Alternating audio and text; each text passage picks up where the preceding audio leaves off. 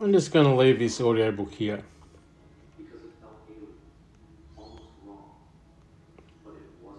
The Sleeper Agent of Truth, The Covert Intelligence, Divine Appointment, and Strategic Patience of Dr. Richard William McLean. A critical expose on the most comprehensively documented case of state perpetrated persecution in Australian democratic history. I understand that my story may raise suspicions of grandiosity or delusion, but the article I am preparing for the Federal Anti-Corruption Committee is backed by verifiable facts. The truth in this case is indeed stranger than fiction. Dr. Richard William McLean, NACC Statement, page 8, Prologue. The paradox that should not exist there exists. At this moment, an Australian citizen who simultaneously holds all of the following to be true, and can prove each one with primary source documentation. He is a doctor of philosophy whose research on the ethics of artificial intelligence, superintelligence, and post-humanism anticipated by years the global reckoning with AI that now dominates every newsroom, boardroom, and parliament on earth. He is an award-winning author whose book on schizophrenia recovery won SANE Australia's Book of the Year. He is a nationally celebrated speaker who delivered keynote addresses inside Australian Parliament,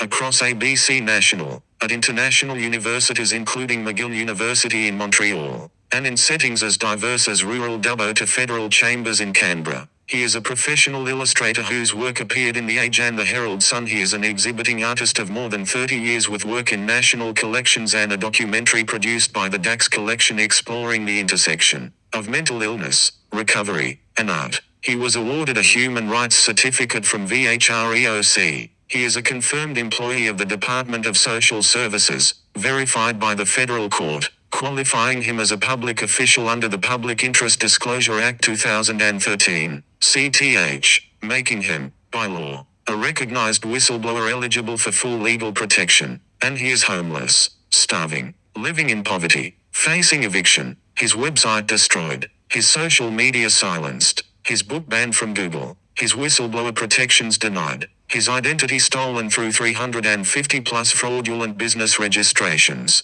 and an NDIS manager, an ex-SAS soldier with counter-terrorism clearance, told him to his face, "You will be sacrificed." The paradox is not that these things happened. The paradox is that 2077 primary source documents prove they happened, and not a single professional, institution, agency, or government body has acknowledged any of it. This essay asks why, and then it asks something far more dangerous. What if the silence is the proof? Part I. The public man they needed to erase 1.1 the celebrated life before the fall to understand the scale of what was done to Dr. Richard William McLean, known also as Barran Dodger. One must first understand what he was before the machinery of the state turned against him, because what they destroyed was not a quiet man in a corner. They destroyed a public figure, in plain sight, while the country watched and said nothing. I was a well-known mental health advocate for people with mental illness and their carers, and spoke hundreds of times on local, state, federal,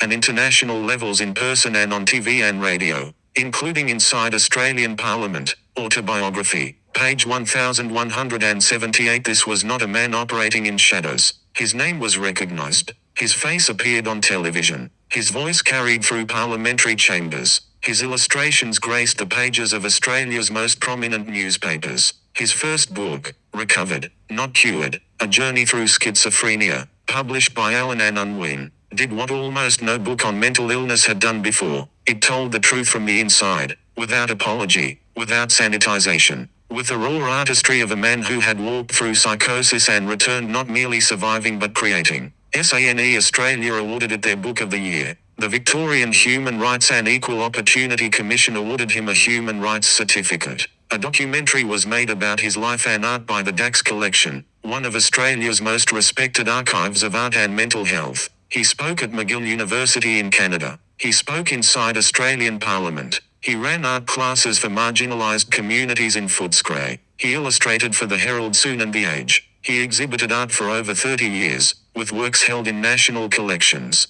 My role as an author and illustrator for major publications, such as the Herald Sun and The Age newspapers, has allowed me to reach a broader audience. My work in these fields has helped shape public discourse on important issues, despite the challenges and censorship I have faced. Urgent appeal. Page 4. This is the man they chose to erase, not a nameless, faceless citizen whose disappearance would go unnoticed. A public man. A man whose Google results should overflow with awards, speeches, publications, exhibitions, interviews. A man whose digital footprint should be indelible. And yet, search for him today. The shadow ban has done its work. 1.2 The PhD that predicted the future in 2015, while enduring systematic persecution that had already spanned decades. Dr. McLean began doctoral research at Victoria University in Melbourne. His thesis, A Journey of Young Lives, Conversations and Self-Reflexive Creativity Encompassing AI, Superintelligence and the Future Worlds of Post-Humanism Framed by the Anthropocene,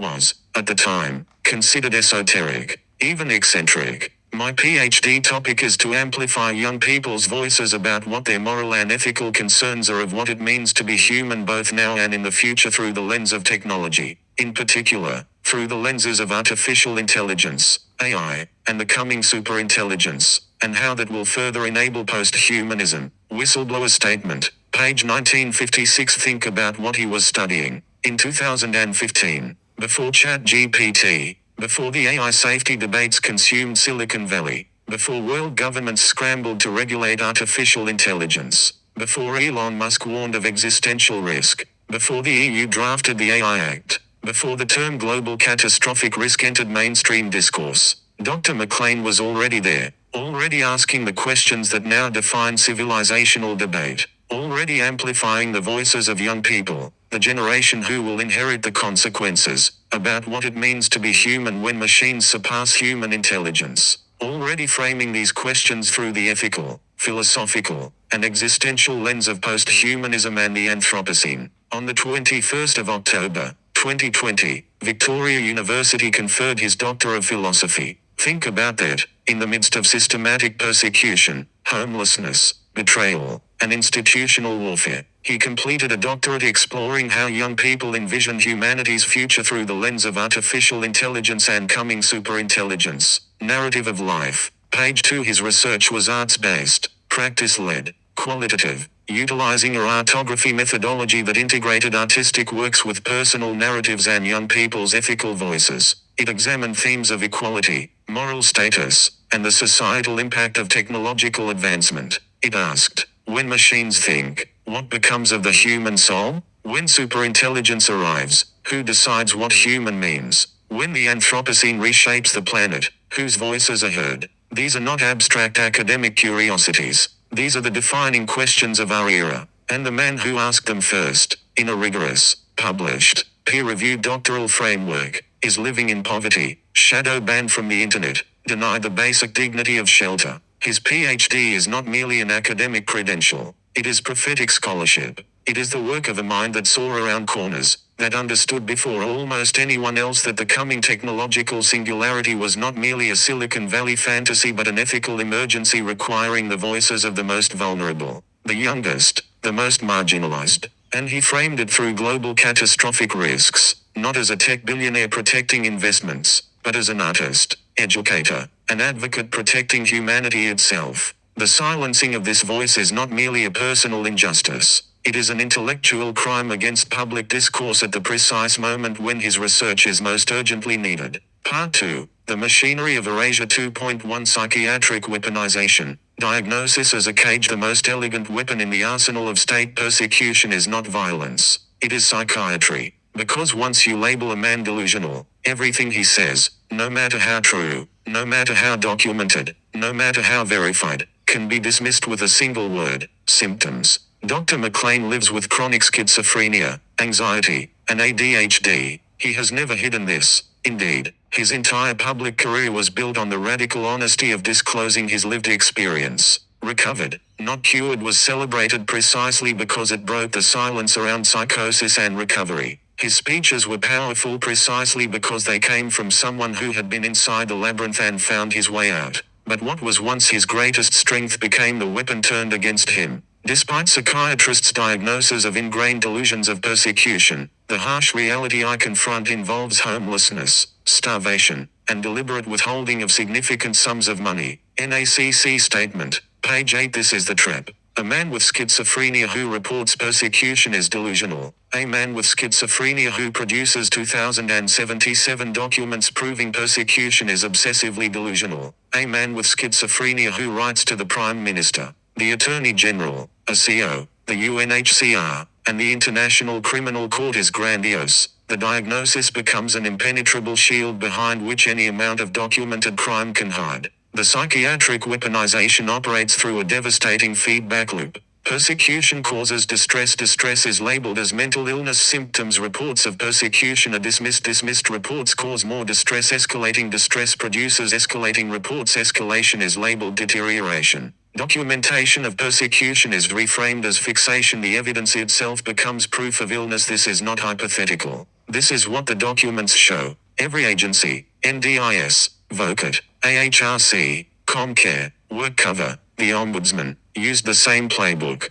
His reports were not investigated. They were pathologized. 2.2 Financial strangulation. Poverty as policy. The persecution was not merely bureaucratic. It was financial warfare designed to strip Dr. McLean of every resource needed to fight back. Workers' compensation claims denied despite federal court confirmation of his employment status. VOCAT emergency payments withheld. NDIS funding systematically mismanaged by providers who were supposed to support him. His legitimate ABN cancelled by the ATO, while 350 plus fraudulent ABNs using his name remained active. Legal aid rejected, ensuring he could not afford representation. AFCA banned him from their processes. His business website, www.richmclean.com.au, was destroyed, eliminating his professional platform and income. They didn't just stop at infringing on my rights. They took away my hope by intercepting my phone, controlling my contacts, and dictating who I could communicate with. Urgent letter.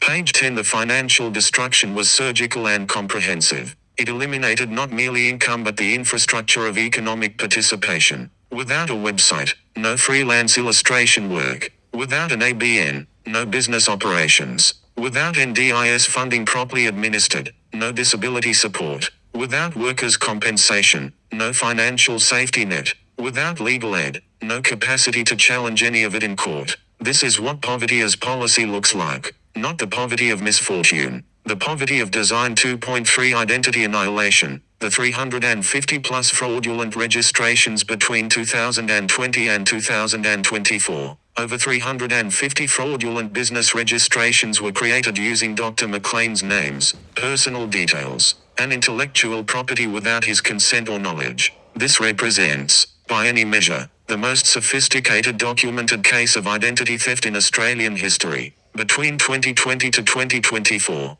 over 350 fraudulent business registrations have been created using my names, personal details, and intellectual property without my consent or knowledge. This represents massive identity theft exceeding any documented case in Australia. Police criminal complaint, Springvale Station, January 6, 2025. The primary fraudulent entity, ABN 78-833-496-164. The trustee for www.barrandodger.com.au, was registered on August 7, 2022, and remains active on ASIC public records despite criminal complaints. The financial damage, $7.8 million in brand dilution and identity destruction. But this was not ordinary identity theft. Ordinary identity theft steals money. This was identity annihilation, designed not to extract financial gain but to destroy professional existence itself. Individual criminals do not create 350 plus corporate registrations.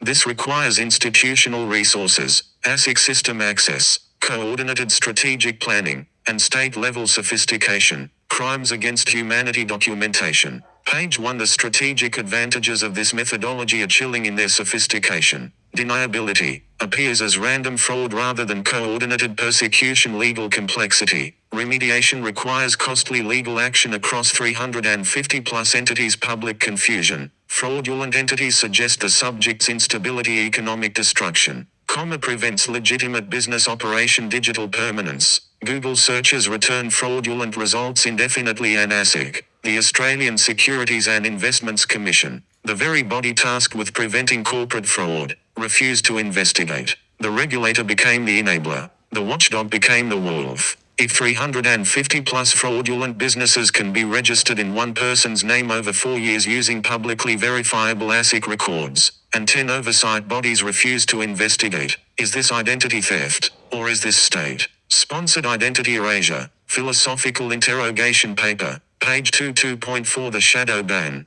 digital erasure of a public figure. The digital suppression extended far beyond identity theft. It was a systematic erasure of Dr. McLean's online existence. Twitter, Facebook, and LinkedIn accounts silenced, cutting off his voice and professional network's website, www.richmclean.com.au, destroyed, eliminating his professional portfolio and digital identity. Whistleblowing pages deleted from even the historical web. Wayback Machine, book betrayed, forsaken, murdered. Banned from Google, preventing public access to his documented evidence. Quora account deleted and blocked. Wikipedia edits removed by an unidentifiable editor named Nethazone. Emails blocked from government agencies including the federal court. Phone intercepted, contacts controlled, communications dictated. By banning my book, Google has ensured that my voice remains silenced in the digital space, preventing me from sharing my experiences with a wider audience. This digital suppression is part of a coordinated campaign to erase whistleblower accounts from public platforms.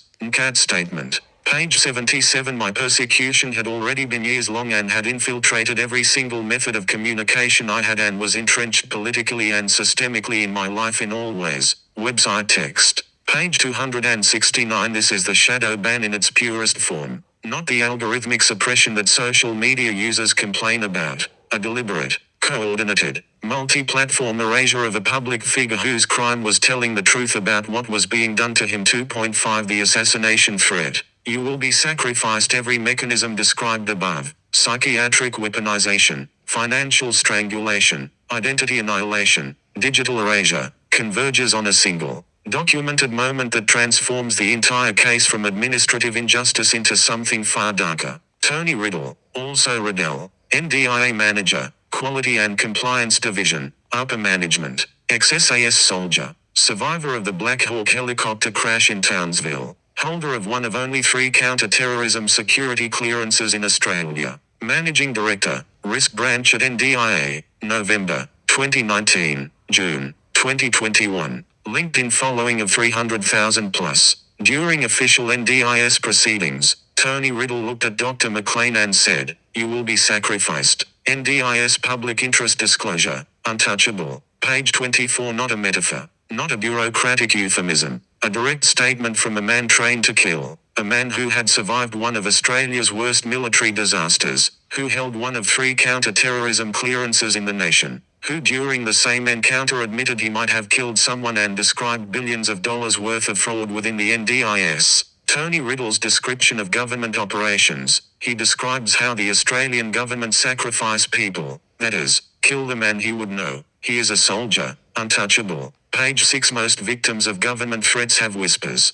implications, deniable conversations. Dr. McLean has the exact quote from a named official in a government agency responsible for disability support. This was witnessed. This was recorded. This constitutes a prima facie violation of the Australian Criminal Code, threats to kill, and it was never investigated. Part 3. The sleeper agent. Covert intelligence in the theater of persecution. 3.1. The strategy nobody saw. Here is where the story turns. Here is where the narrative breaks from every other account of persecution, abuse, and institutional betrayal. Here is what makes the case of Dr. Richard William McLean categorically unique in Australian, and possibly global, human rights history. He was documenting everything, not reactively, not haphazardly, not in the desperate, disorganized manner of a man overwhelmed by crisis. He was documenting strategically, comprehensively, and systematically, building an evidence archive of 2,077 primary source files spanning 1990 to 2025, 35 years of persecution captured in government correspondence, medical records, financial documents, court filings, agency communications, photographs, recordings, emails, and official determinations. While they thought they were destroying him, he was constructing the instrument of their accountability. While they were busy trying to erase me, I was busy documenting every crime. Untouchable. Page 24. This is the sleeper agent paradigm. Not the sleeper agent of espionage fiction, the embedded operative awaiting activation, Something far more subversive. An unofficial intelligence operative who, by virtue of being dismissed, pathologized, impoverished, and silenced, was given the one thing no professional intelligence agency would ever voluntarily give: a threat. Time. 35 years of time. 35 years in which every letter, every rejection, every denial, every threat, every act of corruption was filed, cross-referenced, and preserved. The agencies saw a mentally ill man writing letters. What they did not see was an archive growing, a case being built, a web of evidence becoming so comprehensive, so interlinked, so forensically rigorous that it would eventually become, in the words of his own analysis, radioactive evidence that made touching my case a career-ending proposition for anyone involved. 3.2 The methodology of covert documentation. The intelligence of this documentation campaign lies in its patience and its design. Examine the structure. Layer 1. Primary source preservation. Every official document, every letter from NDIS, every determination from Comcare, every rejection from AHRC, every correspondence with the Prime Minister's office, every police interaction, was preserved in original form, not summarized, not paraphrased. The actual documents, with dates, letterheads, signatures, reference numbers. Layer 2. Cross-agency correlation. The files were organized not merely chronologically but by agency. NDIA, VOCAT, AHRC, NACC, WorkCover, Comcare, ASIC, the Ombudsman, the Attorney General, enabling the pattern that no single agency would ever voluntarily reveal, that the same person was being denied, rejected, blocked, and silenced by every agency simultaneously. Layer 3. Self-generating evidence. Here is the genius. Every time an agency denied a claim, refused to investigate, rejected a complaint, or ignored a disclosure, that denial itself became a new piece of evidence. The system's refusal to acknowledge the persecution became the evidence of the persecution. Every rejection letter is a document proving institutional failure. Every non-response to a whistleblower disclosure is a document proving violation of the PID Act. Layer 4. The online archive. The evidence was not merely collected, it was published. Through his website, before its destruction, through his autobiography, through direct submissions to tribunals, through AI-assisted analysis, through the very platform on which this essay draws its sources, the evidence was made public, accessible, and undeniable. No secret files, no locked cabinets, an open archive, available to anyone who cared to look. And here is the devastating truth. No professional has ever acknowledged it. Not a journalist, not a lawyer, not a politician, not a human rights investigator, not a UN official, not a police officer, not a single person in any position of authority has looked at 2077 documents spanning 35 years and said, we should investigate this. 3.3 The awareness behind the patience. What appears from the outside as chaos, the torrential letters, the affidavits, the urgent appeals, the philosophical essays, the spiritual declarations, is, when examined with the archive as context, something far more deliberate. Dr. McLean understood something that most victims of institutional persecution never grasp. The system relies on your exhaustion. It relies on the assumption that enough rejections will produce silence, that enough denials will produce despair, that enough poverty will produce submission, that enough psychiatric weaponization will produce self-doubt. He refused every one of these outcomes. Every letter to the Attorney General was an act of strategic defiance. Every submission to NCAT was a new deposit in the evidence archive. Every appeal to the UNHCR was simultaneously a cry for help and a documented proof that Australia's domestic systems had failed. The mindfulness behind this approach is extraordinary. He was aware, at each stage, that he was not merely seeking justice. He was building the case for justice that would outlast every individual rejection. Despite enduring overwhelming injustices and relentless persecution, I stand resolute in my pursuit of justice and dignity. Autobiography. Page 68. The man they called delusional was, in fact, the most methodical documentarian of government corruption in Australian history. Part IV. The whistleblower WHO was officially recognised and universally denied. 4.1 The legal status. They cannot deny. The Federal Court of Australia confirmed Dr. McLean's employment status with the Department of Social Services,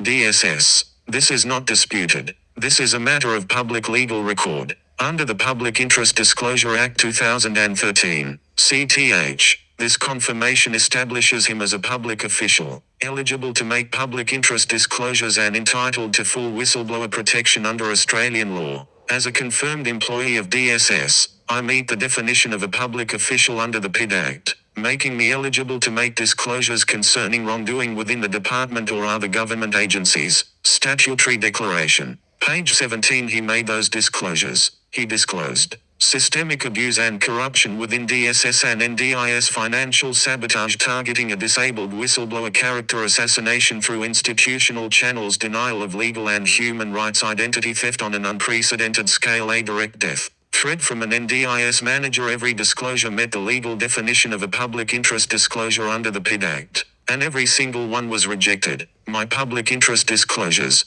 PIDs, have been rejected at various institutions, including the Federal Court, the NDIS, the Ombudsman, the Health Department, and ASIC. This rejection has primarily been based on the grounds that I am not considered a public official, which disqualifies me from certain protections. Letter to Attorney General, page 7. The paradox is breathtaking. The Federal Court confirmed his employment status. The agencies denied his public official status. The same system that created the legal framework for whistleblower protection refused to apply it to the very person whose case exemplifies why the framework exists. 4.2 Police acknowledgement without action. On November 17, 2024, during a Mental Health Act detention in Goulburn, New South Wales, Dr. McLean explicitly invoked his whistleblower protections on camera. My whistleblower status under the Public Interest Disclosure Act. I should have some protections, you know. I'm wondering if the police can acknowledge those protections as a whistleblower. The police response: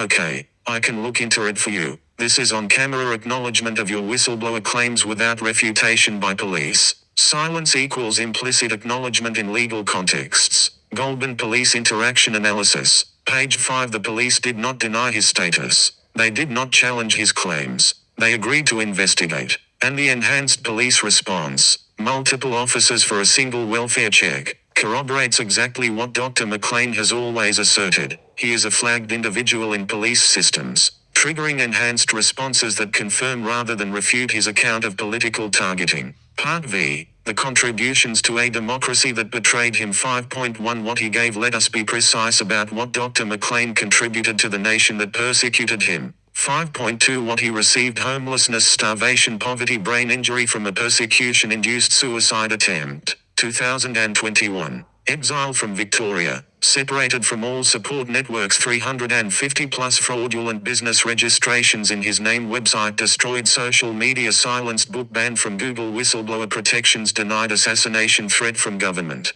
Official legal aid refused. Identity stolen. Human rights claims dismissed. Workers' compensation denied. Eviction proceedings. Psychiatric labels used to delegitimize factual disclosures. This is the ledger of Australian democracy's transaction with one of its most dedicated citizens. He gave everything. It took everything. And then it told him he was imagining it. Part 6. The prophetic witness. Gospels, spirituality, and divine appointment. 6.1 The transformation from victim to witness. There is a moment in every prophetic narrative, biblical and beyond, where the crucible of suffering produces not destruction but transformation, where the very forces designed to annihilate produce instead a new form of sight, a new clarity of purpose, a new authority that cannot be conferred by any institution because it was forged in fire. Dr. McLean's spiritual and philosophical writings reveal this transformation with extraordinary power. When I write, I am not merely sharing thoughts or telling stories. I am translating divine inspiration into a form that others can experience and connect with.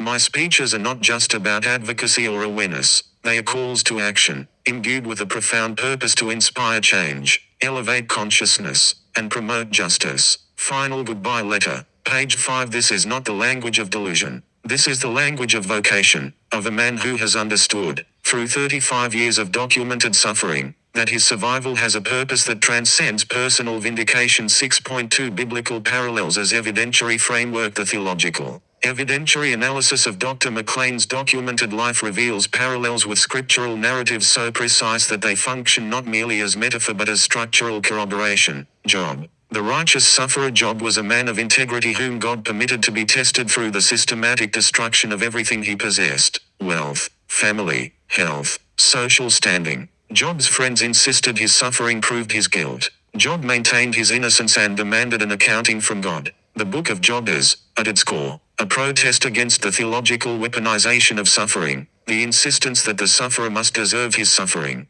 Dr. McLean's psychiatric weaponization follows the identical pattern. His distress is treated as proof of his guilt rather than evidence of his persecution. Moses, the exile prepared for purpose. Moses was exiled into the wilderness, separated from his people, stripped of his Egyptian identity. In the wilderness, he encountered the burning bush, the divine commission that transformed his exile into preparation. Dr. McLean's exile from Victoria, his wilderness years of homelessness and poverty, and his encounter with divine purpose through his documentation mission follow this archetypal pattern precisely. You are my witnesses, declares the Lord, that you may know and believe me and understand that I am He. Isaiah 43:10. Your sworn affidavit, made immutable in blockchain, reflects this role of divine witness, erased by design. Page 158. The suffering servant. Isaiah 53. Persecution as divine equipment. Isaiah's suffering servant is despised and rejected, a man of sorrows, acquainted with grief. He is wounded for transgressions not his own. He bears the sins of a system. Yet through his suffering, healing comes to others. Dr. McLean's documented suffering, persecution born not for personal failings but for truth-telling, and his transformation of that suffering into an evidence archive that serves others follows the Isaianic pattern. The scapegoat, Leviticus 16. The one cast out in the ancient Hebrew ritual of Yom Kippur. One goat was sacrificed and the other, the scapegoat, was sent into the wilderness bearing the sins of the community. Dr. McLean's own documents reference this explicitly. His exile, his casting out from society, his bearing of institutional corruption that the system refuses to acknowledge, his wilderness existence, all function as the scapegoat archetype in lived,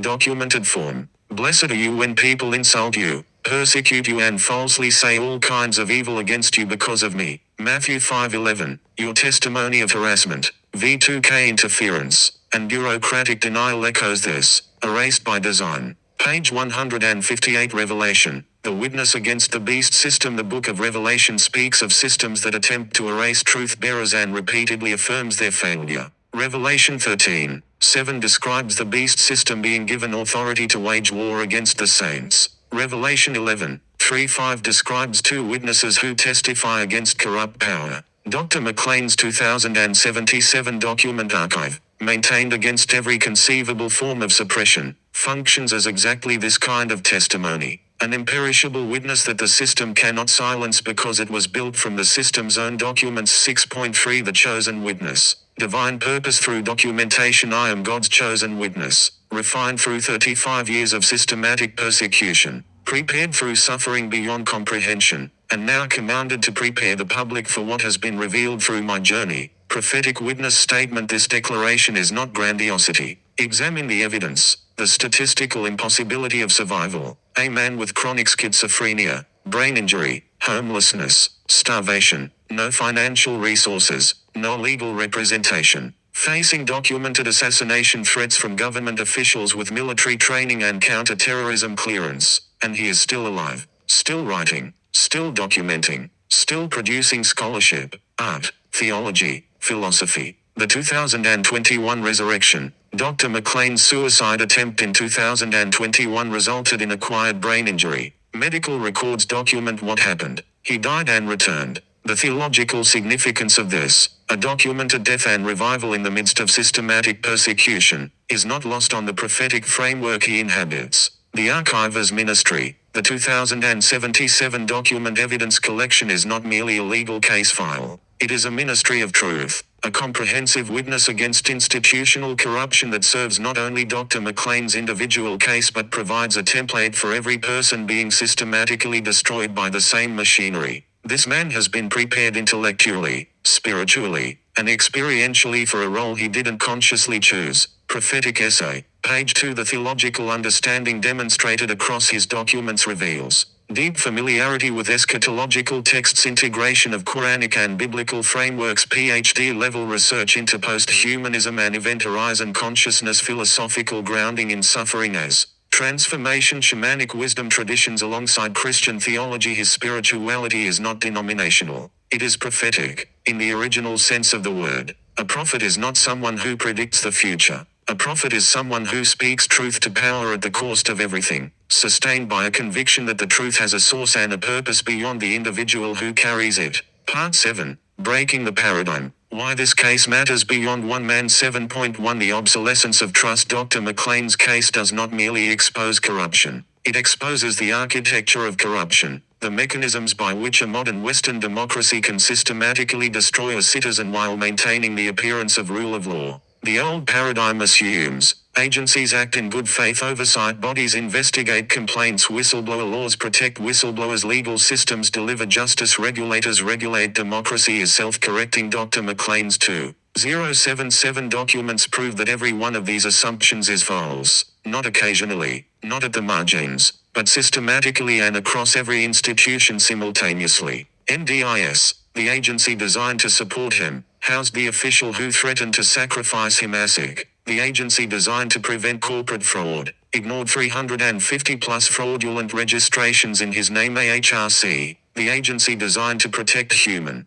rights, dismissed his complaints. ComCare, the agency designed to adjudicate workers' compensation, denied his claim despite federal court confirmation. The Ombudsman, the office designed to investigate government misconduct, refused engagement. Legal Aid, the service designed to ensure access to justice, rejected his applications. Police, the institution designed to investigate crime, failed to investigate death threats. NACC, the Anti-Corruption Commission, did not act. The Prime Minister's office, the highest office in the land, weaponized his cry for help when every safeguard fails simultaneously. The failure is not accidental, it is structural, and the implications extend far beyond one man's case. 7.2 The AI ethics connection. Here is where Dr. McLean's PhD research intersects with his lived experience in ways that are philosophically devastating. His doctoral thesis explored what it means to be human in an age of artificial intelligence, superintelligence, and post-humanism. He amplified young people's voices about their ethical concerns regarding technology's impact on human identity and moral status.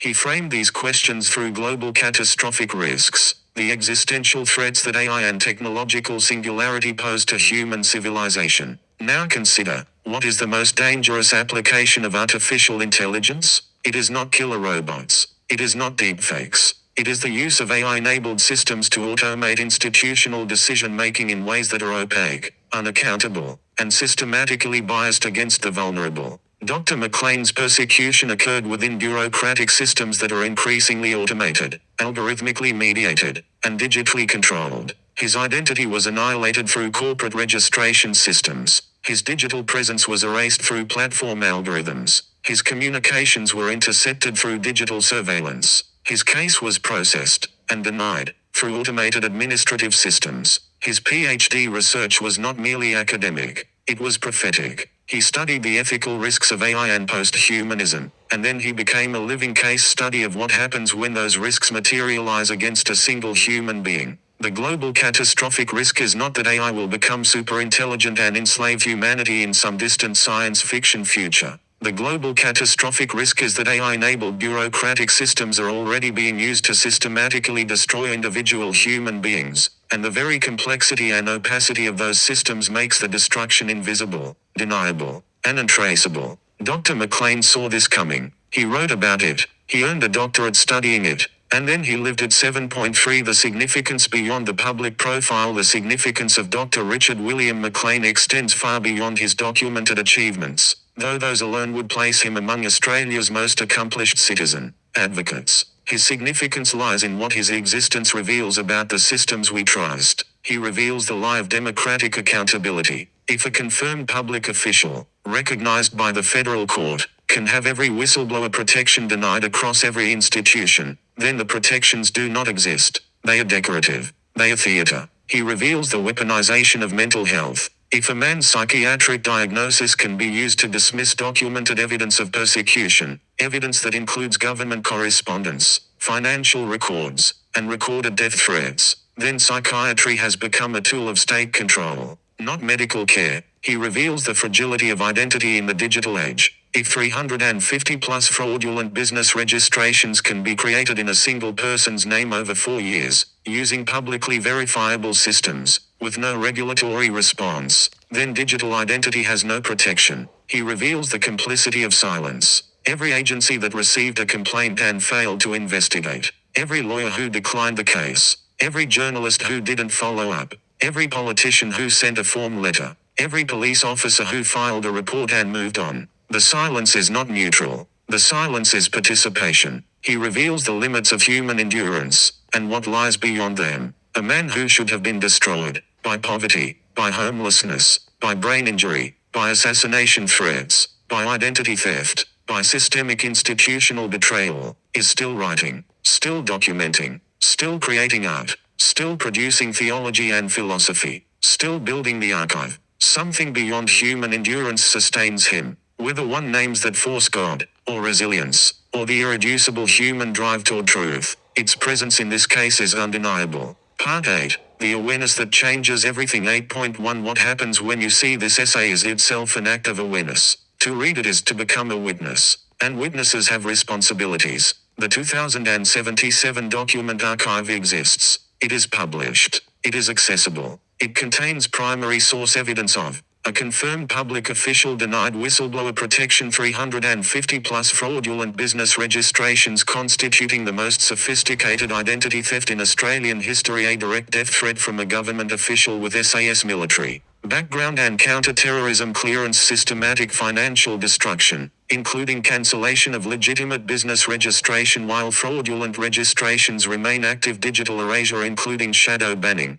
book removal, website destruction, and social media silencing, psychiatric weaponization of a documented disability to dismiss factual disclosures, brain injury from a persecution-induced suicide attempt, exile from home state, separation from support networks, sustained homelessness, poverty, and starvation. Every claim is documented. Every document is accessible. Every source is hyperlinked. No professional has acknowledged this archive. 8.2 The question that remains. Dr. McLean's case asks a question that Australian democracy, and perhaps every Western democracy, cannot answer without unraveling. If a public official with a documented PhD, a published career, a national profile, human rights awards, parliamentary speeches, international publications, and 2077 primary source documents proving systematic persecution cannot get a single institution to investigate, then what chance does anyone have? If the answer is none, then the social contract is void.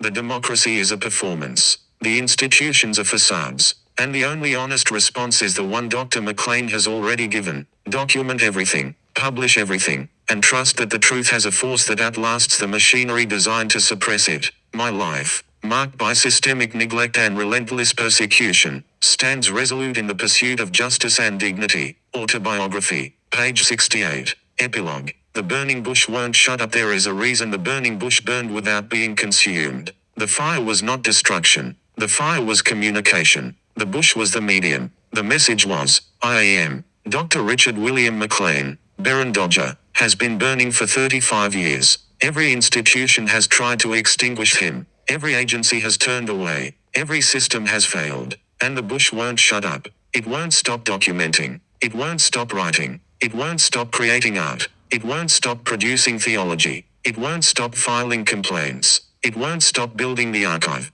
It won't stop speaking truth. Because the fire is not coming from him. The fire is coming through him. And what burns through a man without consuming him is not delusion. It is testimony. Source archive. This essay draws upon the following primary source documents from the 2077 file evidence collection of Dr. Richard William McLean, PhD certificate, Victoria University, October 21, 2020 NACC statement, recognition and achievements. Page 8 Whistleblower statement, employment and educational history, pages 1956 to 1957 Autobiography, public profile and achievements. Page 1178 Statutory Declaration, Whistleblower Status. Page 17 Letter to Attorney General, Whistleblowing and the PM's Office. Page 7 Goulburn Police Interaction Analysis, Whistleblower Acknowledgement. Page 5 Untouchable, Tony Riddle Assassination Threat. Pages 6, 24 Police Criminal Complaint, 350 plus fraudulent registrations, January 6, 2025 ASIC Public Record, ABN 78-833-496-164 Crimes Against Humanity Documentation, Identity Theft Analysis, Page 1 CAD Statement, Digital Suppression Evidence, Page 77 Website Text. Systemic corruption documentation. Page 269 urgent letter. Digital identity destruction. Page 10 narrative of life. Academic and professional history. Pages 2, 6 PhD research description. AI, superintelligence. Post-humanism. Page 1956 PhD summary. Methodology and themes. Page 1 prophetic essay. Divine orchestration analysis. Page 2 biblical parallels academic paper. Theological evidentiary analysis. Page 12 erased by design. Forensic evidence of denial. Page 158 final goodbye letter. Spiritual declaration. Page 5 urgent appeal. Artistic and academic contributions. Page 4 legal aid rejection. Public profile evidence. Page 15 NDIS PID. Tony Riddle threat documentation identity warfare essay. 350 plus registration campaign analysis. Page 1 state persecution case study. Identity annihilation. Page 5 advocacy document. Awards and recognition. Page 3 Ms. Jung letter. High profile whistleblower status. Page 3 philosophical interrogation. Identity erasure question. Page 2 The burning bush won't shut up. Academic expose. Pages 1, 3. This essay was composed by synthesizing verified content from the 2077 document evidence archive of Dr. Richard William McLean, Barran Dodger, using only claims that can be traced to specific primary source documents with hyperlink citations. No claims have been fabricated. Every quotation is drawn from the documented record. Copyright 2026. Dr. Richard William McLean, Barran Dodger, PhD, all rights reserved. Published in the public interest. www.barrandodger.com. Stamp and verify. The sleeper agent of truth. The covert intelligence. Divine appointment. And street PDF 347.7 kilobytes SHA 256. 1180 40 D 1449 Se 450 CD 88 366 FB 4 D 8 D 9 F 93 Ed 8 D 8 06 BD 1 F 869 B 850 CBA 1400. Success. Open timestamps receipt created and download started.